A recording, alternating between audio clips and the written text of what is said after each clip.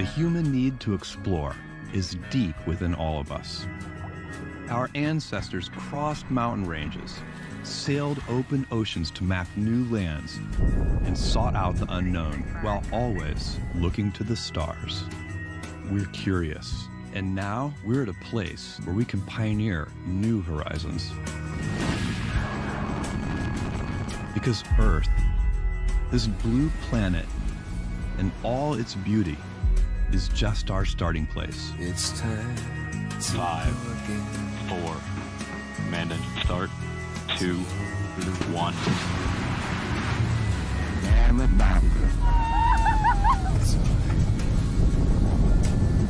Oh yeah, look at her go. 5,000 feet and climbing.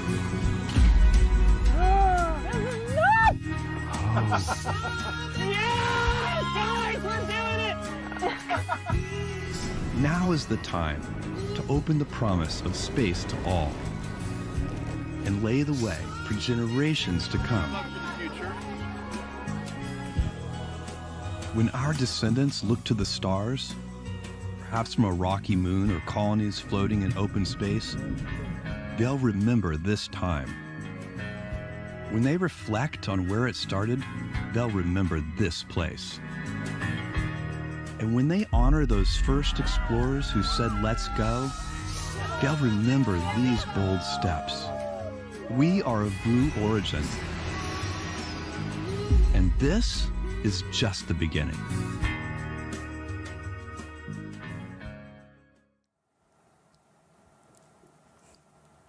Good morning, everyone, and welcome to New Shepard's 24th mission. Thanks for tuning in. I'm Erica Wagner, joined today by Eddie Safert. Hey, Eddie. Howdy, Erica. I'm thrilled to join you today. It is great to be back on the desk this morning to follow the action down in West Texas, where our launch team is preparing New Shepard for flight. We've got an exciting day in store. Here's the mission patch. Another great rendition of the New Shepard vehicle, mock diamonds in the plume and all. This mission is dedicated to our payloads. 33 research payloads on board today, along with 38,000 postcards flying on behalf of Blue Origin's STEAM nonprofit. That's science, technology, engineering, art, and math-focused group called Club for the Future. No humans on board today. The majority of today's manifest is comprised of payloads from schools, laboratories, and STEAM organizations. Most have been developed in collaboration with NASA, many testing important technologies for our future of living and working in space for the benefit of Earth. Thank you to NASA for funding such important work and for your unwavering commitment to advancing what's possible in space. We are all benefiting. Erica, including today's manifest, more than 150 commercial payloads from more than 7 different countries have flown to space and back safely on New Shepard. Absolutely, Eddie. I mean, New Shepard is really an ideal platform for research. Payloads can fly inside the crew capsule, mounted to the booster for exposure to the space environment. They experience several minutes of microgravity and altitudes up above the Kármán line. And then they get to gently return to Earth, getting back to the researchers on the same day that they launched. That's right, Erica. Certainly, I think that's key. Quick access to the data, to their payloads on the same day of launch allows researchers to collect that data, tune their system, make changes, and mitigate risk for more expensive and much longer exploration missions down the road. We have many interesting experiments on board today, including one from Infinity Fuel Cell, and this one's called the AMPS experiment. AMPS will demonstrate the operation of hydrogen fuel cell technology in microgravity. This company is collaborating with NASA's Johnson Space Center in Houston to develop a flexible power product. They're utilizing new manufacturing methods to reduce cost and improve reliability of fuel cells. Now, reliable power on the lunar surface is key to that future sustainable development. Lunar rovers and surface equipment habitats will all need access to reliable power. Yeah, absolutely. And Eddie, I'm so excited to get back to the moon. In fact, today in 1972, Apollo 17 returned to the moon, the last time humans were setting foot on our nearest neighbor. Yeah, well, we're excited to get back, as you mentioned, this time to stay. Absolutely. Another interesting payload on board today is called FORGE, the Fluidic Operations in Reduced Gravity Experiment. FORGE was developed by NASA's Jet Propulsion Laboratory and will demonstrate how water and gas move together in microgravity. Future applications of this technology are important for things like monitoring water quality for astronauts in space, searching for signs of life beyond Earth. It really is a fantastic time to be focused on fluid physics using the tools of microgravity. And a lot of experiments today focused on fluid physics. In fact, it's what inspired the water droplet shape of the NS-24 mission patch we're excited about. And we'll highlight a few of those payloads in just a bit. In the meantime, we'd like to talk about safety, which is and always will be our highest value. New Shepard was built as a human-capable vehicle from the beginning. We've spent as much time developing the safety elements of New Shepard as we did all of the other elements combined. The New Shepard program has completed 6 astronaut missions, safely flying 31 people above the Kármán line, the internationally recognized boundary of space, including 7 women. Soon, we hope to extend that laboratory of space by helping researchers fly with their own payloads on board New Shepard. Now, I don't know about you, Eddie, but I would go in a heartbeat. Oh, count me in. Absolutely. A chance to combine experience, space, and conduct meaningful research is a wonderful opportunity. And if you're interested in any of these opportunities to purchase your ride to space on New Shepard, with or without research, go to blueorigin.com and click on the button Fly to Space. Today's flight has a number of payloads on board from schools, introducing students as young as elementary school to STEAM skills like coding and testing, CAD design, skills that are often not taught until college but are absolutely critical for today's workforce. Here's one of those, Spring into Space. It was developed by elementary school students at PS 185 in Brooklyn, New York. The experiment will test how changes in acceleration impact the length of a weight-loaded spring. This initiative is led by Dr. Todd Smith at the Johns Hopkins University Applied Physics Lab, and the overall goal here is to establish a mini space program to inspire young students' excitement in STEAM fields. In Dr. Smith's words, this project has really energized the entire elementary school. Yeah, Brooklyn's here. Welcome to the Bears. Glad to have you, PS 185. Inspiring the next generation is really an important step to achieving our vision of millions of people someday living and working in space for the benefit of Earth. It's also why we founded our STEAM-focused nonprofit, Club for the Future, whose mission is to inspire and mobilize future generations around the world to pursue careers in STEAM fields. And one way Club does this is by taking student-created postcards to space and back. Today's mission is carrying 38,000 such postcards, giving students tangible access to space on Blue Origin's rockets. Each postcard is returned to its creator stamped, flown in space. Now, I don't know about you, Erica. It wasn't until I joined Blue that I had the opportunity to make something that goes to space, and now students all over the world have that opportunity. That's absolutely fantastic, really bringing that to life, helping students to see themselves in the future of space. As the program grows, we are finding new ways to engage, and case in point, we're now offering digital postcards to send to space from any device. You can start by visiting the app online where you can draw or create your message and hit submit. We'll send it to space on a dedicated hard drive flown on New Shepard. And once it's safely back on Earth, you'll receive an email with instructions to access your flown to space digital postcard. Excellent, and tons of curriculum online as well. All right, if you're just joining us, we're at T-minus 12 minutes until New Shepard flies its 24th mission to space and back. Let's talk about our mission. I know it's what gets me excited to come to work every day. Here at Blue Origin, we are building a future where millions of humans will someday live and work in space. This will enable the migration of heavy industry off our planet to ultimately restore Earth, our Blue Origin. To enable this mission, one of the first steps, or gates, is radically reducing the cost of access to space through reusable vehicles. New Shepard, for example, is currently designed for 25 missions, and we're striving to quadruple that over time. This will allow us to learn how to reuse rockets and apply those lessons learned to New Glenn, for example. Yeah, that's right, Eddie. Another gate that's super important is learning to harness the vast resources of space to create a dynamic future and help preserve the Earth. This is how Blue Origin's Space Resources team is working to make long-term human presence on the moon viable. The thing that we're doing in the Space Resources program is really learning how to live off the land in space without bringing everything from the Earth. And we've managed to actually create a system that's going to do that. We know from the Apollo missions that the composition of the regolith, the powdery material that blankets the whole surface of the moon, is composed primarily of silicates. And we will take in that lunar regolith, separate out all of the constituent materials, and create solar panels and oxygen. If we have oxygen and power on the moon, we open up tons of possibilities. And if we're going to land a power grid on the south pole of the moon, we want to land that in the location that also has the right concentrations of water so that we can extract that resource and turn it into propellants as well. Because once you do that, you can land and take off from the moon at much lower cost compared to what you can do now. Our goal is to develop space technologies to go to the moon and establish settlements there. But that technology Although it's being developed for space, we can bring that back to the Earth and we can employ it in mining and manufacturing industries and clean up all the emissions, all the wastewater, all the nasty chemicals and toxic fumes in the cities. We are just at the beginning. We want to learn on the moon, use it as a springboard to test technologies, to learn how to live off the land. The moon will prepare us and help humanity explore the solar system, not just to go there, but to live there.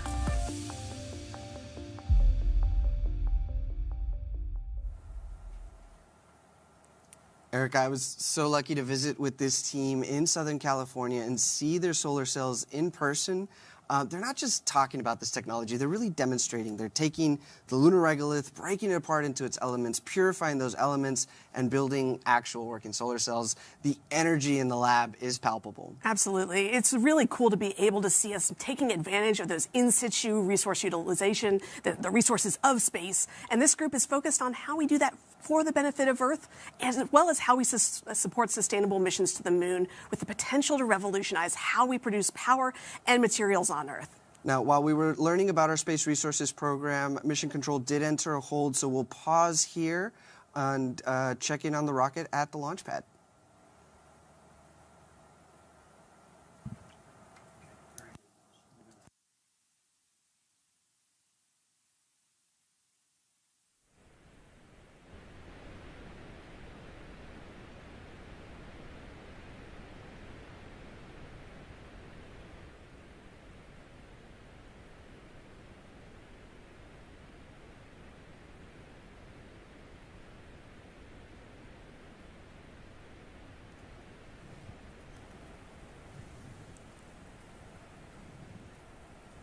Now, Erica, it looks like Mission Control has cleared the hold and the countdown timer is continuing its countdown to our T0 time.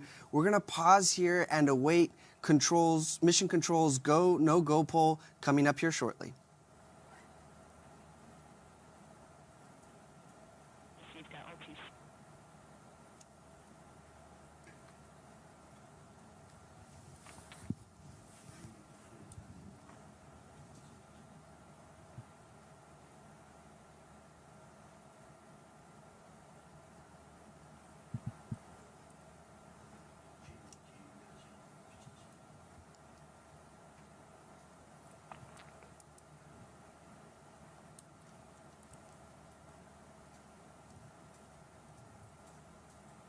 Okay, we've just heard from Mission Control that we are go for launch. Those words really never get old, Eddie. I've been here over 11 years. It's been amazing to watch how our offerings have expanded beyond launch to lunar systems, propulsion, on-orbit destinations, in-space resources. Yes, things certainly are moving fast here at Blue. We're entering a new chapter, evolving from a research-focused startup to a premier space launch, manufacturing, and services company. But it really began right here with New Shepard. That's right. Demand for our flights only continues to grow. We're scaling the fleet, refining our repeatable processes to meet that growing demand. And it's just amazing to think that it's still day one. Always day one, Eddie. All right, all eyes on the rocket. We're at T-minus 8 minutes until launch. New Shepard is undergoing its final set of checks, and we have some very excited students, scientists, and researchers across the globe right now about to watch their payloads fly in space. EagleCam is on board today. It's a CubeSat camera system developed by students and faculty at Embry-Riddle Aeronautical University. EagleCam will test the resiliency of payload components during launch in preparation for a future launch of the Nova-C lunar lander. The prototype will test its ability to withstand loads and shocks and vibrations during the launch, in addition to its ability to calibrate the guidance sensors and determine any camera distortion. Also on the pad today, Teachers in Space. Now that's the name of a payload, not actual teachers, although we do hope to fly more teachers to space someday. This experiment is collecting data in microgravity and was designed in classrooms in Maine, New Mexico, and Kansas. It provides training and opportunities for teachers and students to learn about spaceflight. Following the flight, they'll collaborate to analyze and present their findings publicly at conferences and science fairs. Absolutely love watching classrooms do this, Eddie, taking an idea from a hypothesis, building hardware, testing it out, and then coming back and sharing their results. In terms of collecting data, microgravity's got to be one of the coolest places to do that. Oh, the ultimate science fair project. Clearly, we've got some great payloads on board today, and we're getting close, a little under 7 minutes until launch. As we're looking at New Shepard on the pad, one new thing I wanted to point out to you today is you'll see on the launch tower that we have added an elevator. Accessibility is really important here at Blue, and the elevator offers us a second way for people to access the top of the tower in addition to the stairs. We added the elevator to make New Shepard more accessible to people with disabilities and more people in general. And this is all part of our broader efforts to build inclusion, make space accessible for more and more and more people. That's really inspiring to hear, Erica, and thank you. I know you've been a part of this effort from the beginning with the architecture reviews and concept reviews, and recently our business resource group, New Hawking, helped provide some feedback about the elevator and how to make it better. And this is exciting because millions of people living and working in space will mean people of all backgrounds and people of all abilities. So I'm so proud to hear that this is a focus for our team. And special thanks to our friends at Astro Access who have also been helping us along the way. And with that, let's review the New Shepard flight profile for today. 7, 6. New Shepard's mission 5, begins when the 4, countdown clock reaches 0. 2, 1, 0. At this point, the engine will start and the rocket will lift off of the pad. And liftoff. It will continue under the boost phase for about 2.5 minutes until main engine cutoff. 20 seconds later, the crew capsule will separate from the booster and the astronauts will unharness and enjoy zero-G. Guys, we're doing it! The crew capsule will continue past the Kármán line to an ultimate apogee of 350,000 feet, or 100 kilometers. The booster will autonomously land on the landing pad, ready to be prepped for its next flight. Around 3.5 minutes after separation, the crew capsule will begin to re-enter Earth's atmosphere. Parachutes will deploy around an altitude of 7,000 feet, or 2,100 meters, providing a nice, slow descent back to Earth.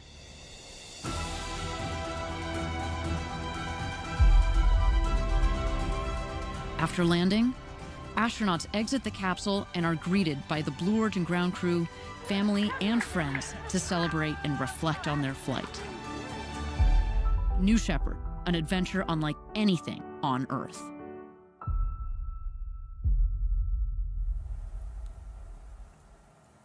Quite an adventure beyond the Kármán line. These are some of the largest windows to have ever flown in space. More than 1/3 of the crew capsule surface area overlooks that West Texas desert. You get great views of that thin line of the atmosphere and a great experience for our astronauts. Now, this flight profile that we just heard about is highly tailored to Launch Site 1, to the high elevation, to the safe and flat conditions of the desert.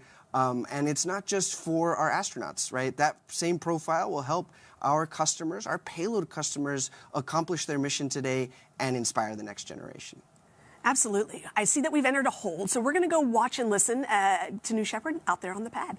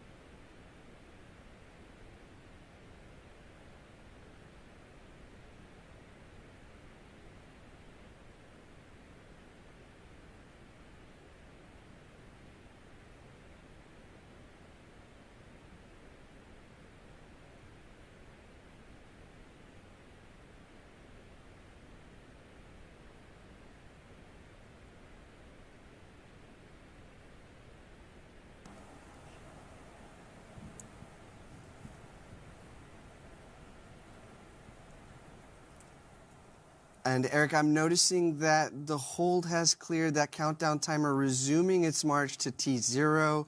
What an exciting day for us today. Now, I'm told this is the 9th mission for this booster. Can you tell us a little more about that? Yeah, absolutely. I think one of the most important things that's been happening in this new era of modern rocketry is that we've learned how to launch, land, and repeat. We've been able to take these boosters and to fly them over and over again. Now, traditional rockets, you'd fly them once and you'd throw them away, and that was both wasteful and not sustainable.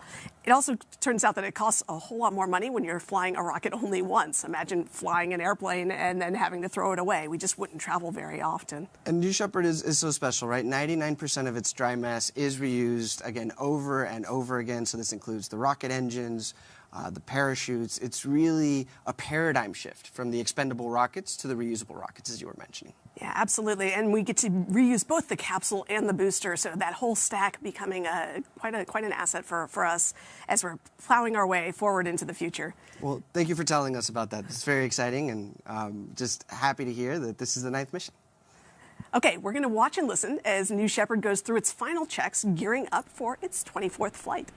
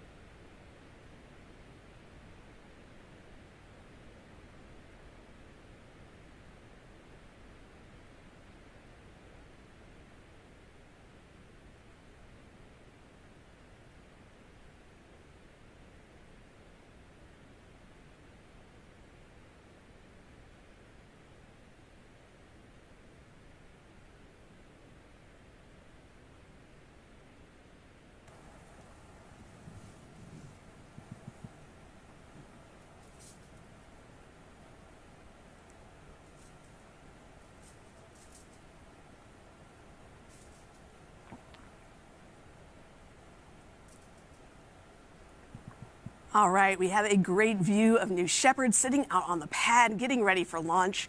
Next up in our countdown, we're going to be watching for the bit checks. These are built-in tests to help us make sure that all of our systems are ready to go for flight. We've got great visuals here of New Shepard on the pad. We'll get great audio as well through those built-in tests. And as we see them, we'll call them out. Yeah, Eddie, the first thing we're going to be looking for is the aft fin checks. So if you look down there at the base of the booster, you can see those fins, those control surfaces that rotate to help direct the vehicle on ascent and descent. A little bit like sticking your hand out the window while your car is driving. The air pushes against the aerodynamic surface, helping to control the vehicle. There we go. We see the gantry pulling back. Now the booster is getting ready. We are used to seeing the gantry out there so we can do load-in of our astronauts, our payloads. Again, no humans on board today, but everything ready to go. We're watching for those aft fin checks. You'll watch them rotate at the base of the vehicle. And there they go, moving through the full envelope of motion there. Great built-in test.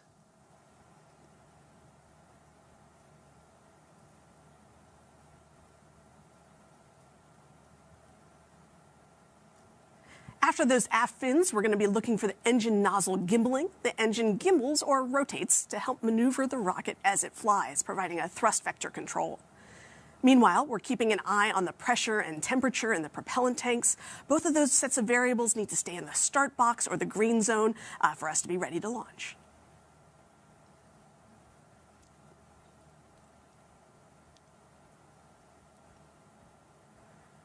Okay, we are at T-minus 30 seconds. It is time to hand it off to mission control. Let's launch this rocket.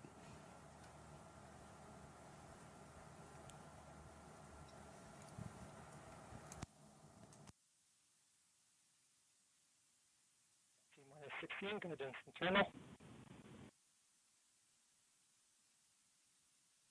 10, 9, 8, 7, 6, 5, Command engine start.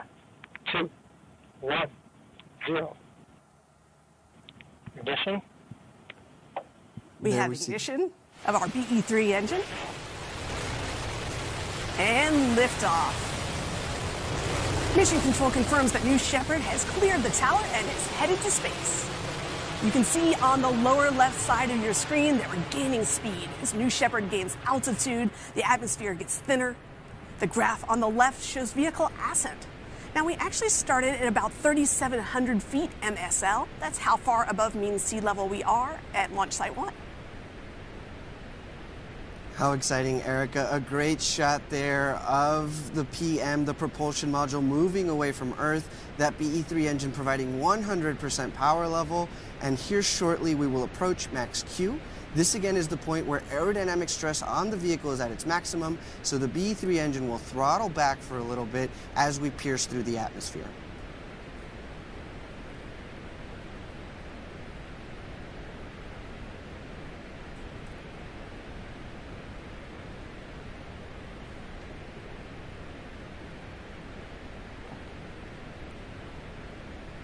Now that we've passed max Q, BE-3 will begin to throttle back up to 100% power level. We'll see that velocity ticker on the left of your screen start to increase more rapidly as the air gets thinner. New Shepard is moving faster and faster. Absolutely. You can also see that engine plume start to expand as we get into that thinner, high upper atmosphere. Such a cool shot there. So just over 2 minutes of boost for the BE-3 engine before we reach the next stage of our mission, MECO, main engine cutoff. That will be the next milestone we'll see.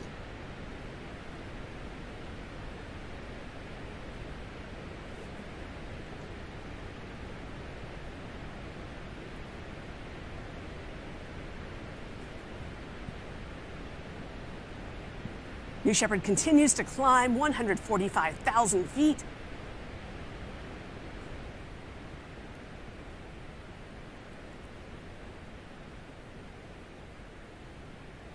There it is, main engine cutoff, just over 2,200 miles per hour, and soon vehicle separation. Always love seeing us coast through MECO. Now, when the vehicles separate and the crew capsule from the booster, we're going to be entering that phase of microgravity. And you can see that zero-G indicator at the bottom of your screen. This is really where most of our payloads are getting into the core of their science mission. Oh, what a fantastic view. All sorts of cool experiments here enabled in microgravity, in free fall. Items don't sink or float. Hot air doesn't rise. Plants and cells respond to this novel stimulus with different patterns of gene expression, which gives us new insights for agricultural technologies and medicine. Yeah, we talked earlier about the importance of fluid physics, because fluid flow on the ground dominated by gravity, the liquid at the bottom of your cup, but in space it's dominated by surface tension, which leads to all sorts of cool effects with capillary action. And these effects are relevant for everything from drinking coffee to refueling satellites to the microfluidics in your medical diagnostics. Incredible, and I'm sure the payloads are enjoying all of the clean, very clean microgravity data that they're collecting at this time. And loving that view back down on the clouds over West Texas. Now, if you watch that ticker on the lower left corner, you see we are slowly counting down in our velocity to zero. That's the vertical velocity of the system. And when we reach zero, that's when we've reached apogee.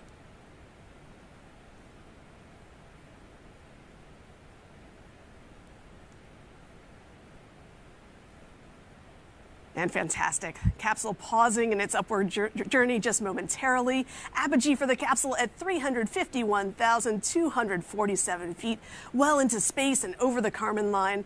Fantastic mission for our payloads on board today. And Erica, so now we've got both vehicles racing back down to Earth under the effect of gravity. The gumdrop shape here of the crew capsule will mean a slower return for the crew capsule, but there on the left, a great view of the propulsion module returning back to the West Texas desert.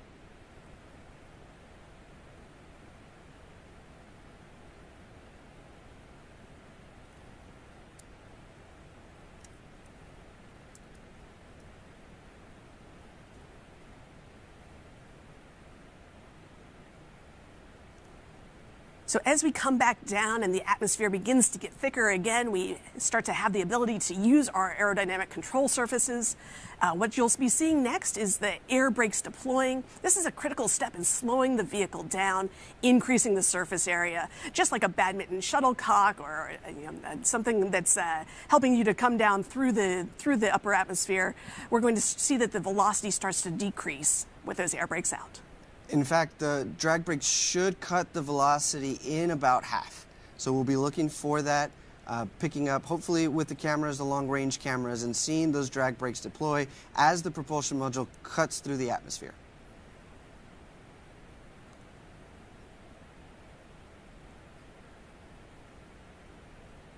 And those are the forward fins deploying there on the right. A great view looking up from the propulsion module into space and seeing those forward fins deploying.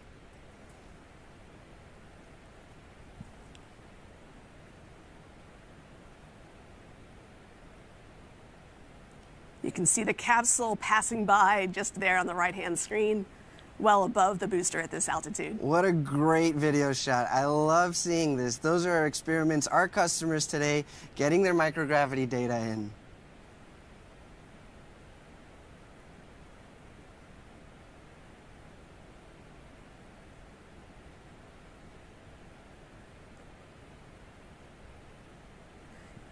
So that booster coming in at about Mach 3, pulling at about 5 Gs as it re-enters the atmosphere. So we're going to be seeing that velocity decrease rapidly at this point. And this is one of my favorite parts of observing a mission from West Texas. Those are the drag brakes. There they are deployed. And we see those aft fins steering the booster over the landing pad. Yeah, if you're in West Texas, you may be hearing a sonic boom coming up here as we break through the sound barrier. BE-3 engine relight, just 2,000 feet to go before the landing pad. Landing gear deploying. Love that shot. I can't tell you how many people have told us they thought that this looks like CGI, but indeed one of these most beautiful shots in the West Texas desert. And we have booster touchdown. Congratulations, New Shepard propulsion module and the BE-3 engine for providing just the right feathered thrust to come in for the nice hovering land. And again, that's the 9th flight for this booster, really showing the operational reusability of this system and how many times we can get back to space. Well, Erica, we've just safely landed the booster. Now we're about to watch the crew capsule make its final descent back to the West Texas desert. In parallel, the team will vent the propellants, any remaining propellants, from the propulsion module and begin safe recovery operations so that we can prepare it for its next mission.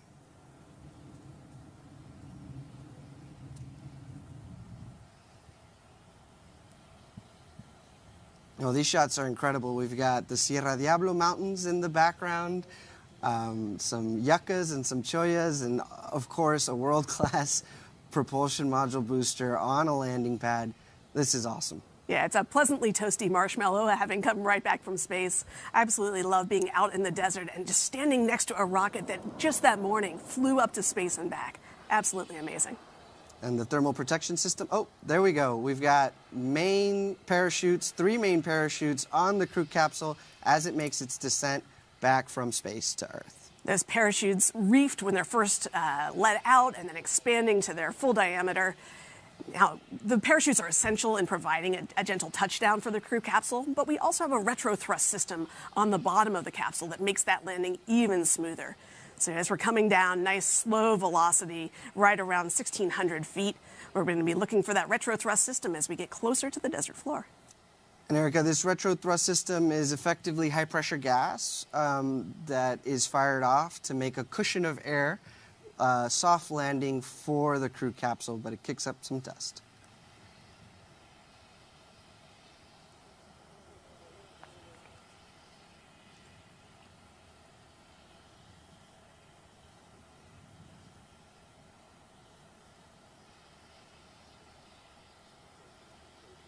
Such gorgeous scenery, such a gorgeous crew capsule, and again, those parachutes doing their job, taking us down to just about 15 miles per hour.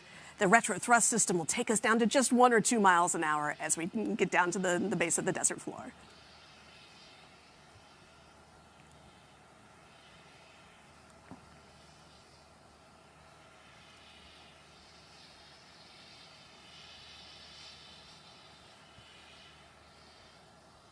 There it is, touchdown for NS-24 and our 33 customers and 38,000 postcards. What a journey. Special thank you to all of our customers flying important science and education on board today, especially to all the students who designed and built experiments. I want to shout out to our friends out at MIT, the University of Central Florida, PS 185 in Brooklyn, AIAA, ASGSR, our sponsors at NASA. So many cool things going on board today. There on the capsule. Yeah, no, you inspire us every day. Thank you for being our customers. If we could just do a quick recap here, Erica, it looked like a nominal boost for the propulsion module and crew capsule combined. Some hypergravity there for our payloads, and then a clean separation. Over 180 seconds of clean microgravity for our payload customers, and 2 vehicles appearing to land nominally here back in West Texas. I would call this the best day at work for me. This is awesome. Always love launch days, Eddie. Just it brings a smile to everybody's face. If what you saw here today inspired you, please come help us build a road to space. We have hundreds of positions open across all our facilities and have a particular need for machinists and programmers in Florida and Alabama. Please visit our website for more details. And of course, if you'd like to purchase a seat on New Shepard, you can go to blueorigin.com, click the Fly to Space button in the upper right-hand corner. Following a thorough review of today's mission, we look forward to flying our next crewed flight soon. My name is Erica Wagner. For Salt Flat Eddie and everybody here at Blue Origin, thanks for tuning in to New Shepard's 24th flight. Happy holidays and Gradatum Ferociter.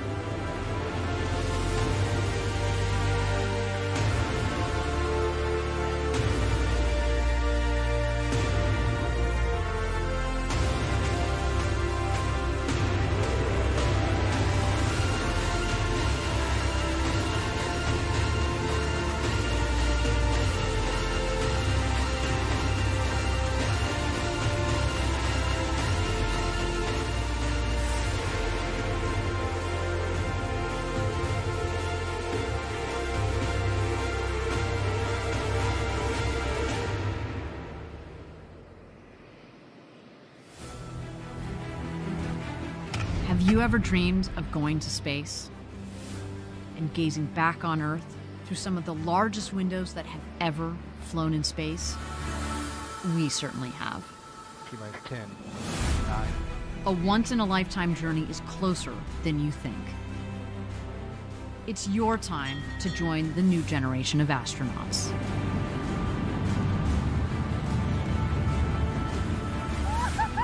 To book your flight, visit blueorigin.com and click Fly to Space. Tell us as much as you can about yourself. We welcome you to the final frontier.